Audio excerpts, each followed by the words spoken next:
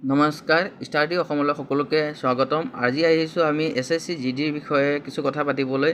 যেহেতু সকলোৱে গম পাইছে যে SSC GD 2024ৰ ফিজিকেল ইতিমধ্যে চলি আছে আৰু অসমৰ লখৰা তেজপুৰ লখৰা যিখন গ্ৰাউণ্ড আছে সেই গ্ৰাউণ্ডৰ বিষয়ে মই কিছু কথা সকলো কেণ্ডিডেটক যিসকল কেণ্ডিডেটৰ আহিবলগীয়া দিনত তেজপুৰ লখৰাত ইণ্টাৰভিউ আছে সেইসকলক কিছু কথা জনাই দিব বিচাৰোঁ যে সিহঁতৰ আহিবলগীয়া দিনবোৰত যাতে সিহঁতে ফিজিকেলটো ভালদৰে দি আহিব পাৰে সেই বিষয়ে মই কিছু কথা সিহঁতক জনাই দিব বিচাৰোঁ যে তেজপুৰ লখৰাত যিহেতু সকলোৱে গম পাইছে এইবাৰ গ্ৰাউণ্ডত ৰানিংটো কৰিব দিছে আৰু গ্ৰাউণ্ডৰ ট্ৰেকটো হ'ল 500 মিটাৰ ট্ৰেক আৰু সেই ট্ৰেকত 10 পাক আপোনালোকে মাৰিব লাগিব।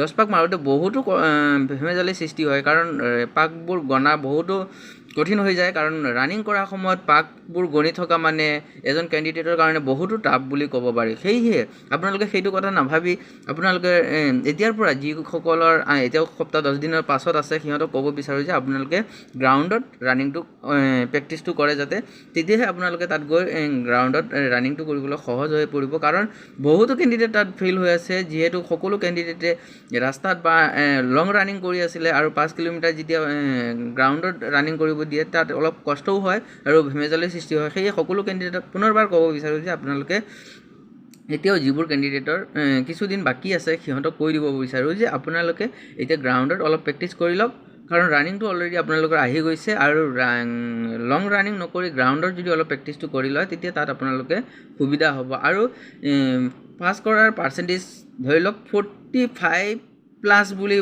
ধৰি ল'ব পাৰিম। এতিয়াও একজেক্ট ৰিপৰ্টটো আমাৰ তাত অহা নাই সেয়ে সম্পূৰ্ণ ক'ব নোৱাৰোঁ কিন্তু লাগভাগ 45ৰ ওচৰে পাজৰে পাৰ্চেণ্টেজ পাছ কৰা পাৰ্চেণ্টেজটো ভাবি ল'ব পাৰোঁ আমি। সেয়ে আপোনালোকে ভালদৰে ফিজিকেলটো দি আহে যাতে। ধন্যবাদ। জয় আই অসম।